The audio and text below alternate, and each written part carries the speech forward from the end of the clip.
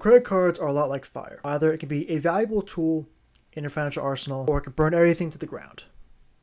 There's not much in between. So in 2025, credit cards became my special interest in my journey of financial mastery. Because the truth about credit cards is that if they're used right, they can provide a lot of value to your life. And if they're used wrong, they can absolutely wreck it. So I was determined to learn everything I can about credit cards, how to use them, what to do with them, what not to do with them, and how to benefit accordingly. So in this video, I want to go over the do's, the don'ts, and the basics of incorporating credit cards into your life, not only to avoid any common pitfalls and debt traps, but also use them to your benefit, have them pay you, or reward you with experiences. So jumping right into it, what are credit cards? What is credit? Credit is debt. Credit is borrowed money that you are obligated to repay. The difference being between a credit card and a traditional loan like car loan, business loan, a mortgage, is that you're given a revolving credit line. And this line depends on a few things. It depends on your credit score, how trustworthy of a borrower you are. Use your credit cards in a responsible manner, or do you just throw everything on it and forget about it? Do you have a entry-level credit card? Do you have a super high-tier premium one? It all depends.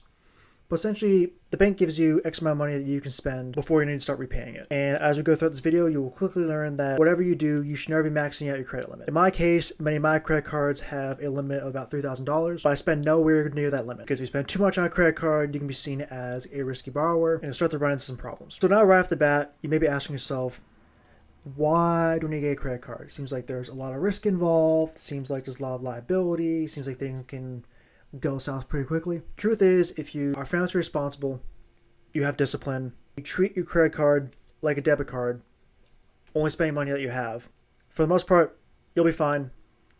You'll have nothing to worry about, and more than likely, you'll only benefit. So if you're a young adult like me, just starting out, you don't have much of a credit history. You have no real assets, you have no real income, graduated high school, you're still trying to find your way in the world. And credit cards give you, if done right, a very low risk and less costly way to build your credit. And essentially by using a credit card, what you're doing is you're taking out mini loans on everyday purchases, whether that's groceries, it's gas, it's restaurants, online shopping, miscellaneous spending. You spend the money that you have allocated for each of those groups on your credit card, and then you repay it by the end of the month. And as you do this month over month, year over year, you start to build a credit history. You start to establish yourself as a responsible borrower. You take out a couple small loans, you pay them back, the bank gets the money back, you don't have to pay any interest, and if you're using the right kind of credit card, it will even pay you to use them. So where people fall short of credit cards and get caught in all this high interest debt is they see credit cards as free money. They don't treat their credit cards like debit cards, and they think they can pay it back whenever they want. And when you take this attitude and slap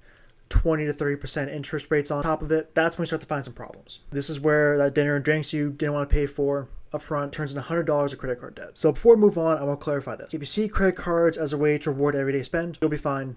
You'll benefit. If you see credit cards as free money that you need to worry about, this is where you find problems. So now that you have this picture in mind on how to responsibly versus irresponsibly use a credit card, there is a little bit of nuance in how you need to go about using them, which is to keep track of your credit limit, your revolving credit, and your credit utilization. So a general rule of thumb is when it comes to utilizing your credit compared to your limit is to keep your revolving credit under 30%. So for instance, we'll say one of my credit cards has a $3,000 limit. You take 30% of $3,000, that's $900. In order to ensure that I'm not overutilizing this credit card, I need to get this balance way below $900 before I put anything else on it. Because if you overutilize and spend too much money on a credit card, this can negatively impact your credit score because it can indicate that you're spending a lot of money that you might not have, and that can make you appear as risky. So for anybody who's my age, you should have relatively low expenses. This should not exceed that 30% that quickly. So now when it comes to getting a good credit score, there are a couple key factors that you need to keep in mind. The first one, like we talked about, is credit utilization, keeping that low compared to your available credit. Minimum, keep it below 30%. Ideally, you want to get the number to about 10% or below as you go through your credit journey. And obviously the big one is to pay your cards off on time. Give back the money you borrowed. If you're able to do this, again, you don't pay interest, you don't get caught in a debt trap, and it will positively affect your score, showing that you are a reliable borrower. And don't borrow money that you can't afford to pay back.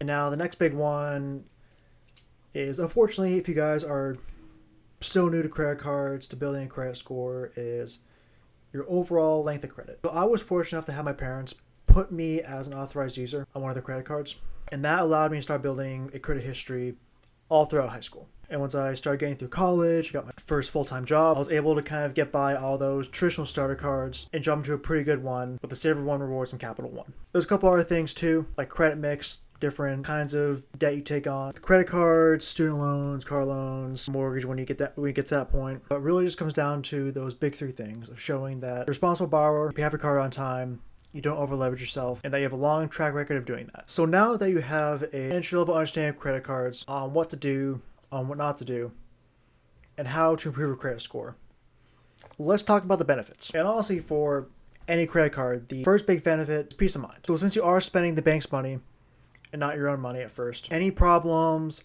any fraudulent charges that arise are not your problem. If you check your statement, if you see some RAM charge that you didn't make, that's not your problem. A good example of this is recently a buddy of mine has wallet stolen, all of his cash and credit cards taken, and the guy ran up a bunch of charges from a Foot Locker to a jewelry store to all these different places. And fortunately, since it was on his credit cards and not on his debit cards, he was not on the hook for those purchases. Unfortunately, he did lose the cash, but it could have been a lot worse. And now the next big benefit, which I briefly mentioned, was the ability for these cards to reward you and to pay you through either cash back or points. Now, this whole idea of being rewarded for everyday spend is what got me fascinated about credit cards. You spend money responsibly, you buy things that you only need or actually want, and you essentially get a discount on every purchase, ranging from 1% to 5% cash back or 1x to 5x points back. All start to add up pretty quickly. So, for example, for me, one of my credit cards at the moment, the Citi Custom Cash,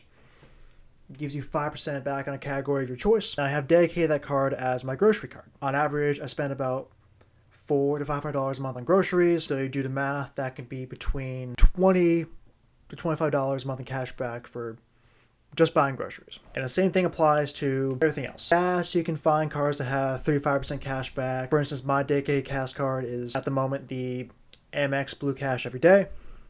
It's 3% back on groceries, gas, online shopping. That covers a couple of my higher spend categories. So you can kind of start to see now the benefits of using credit cards responsibly, to where essentially it discounts all purchases you make and essentially pays you to use them. So if you guys enjoyed this video, let me know in the comments if you want to see more videos like this, going over my personal credit card system for 2026. If this is a topic that interests you and you want to see more of it on this channel, let me know in the comments below. And as always, show some love, subscribe if you feel that warrants it. I'll see you guys in the next video. Take care.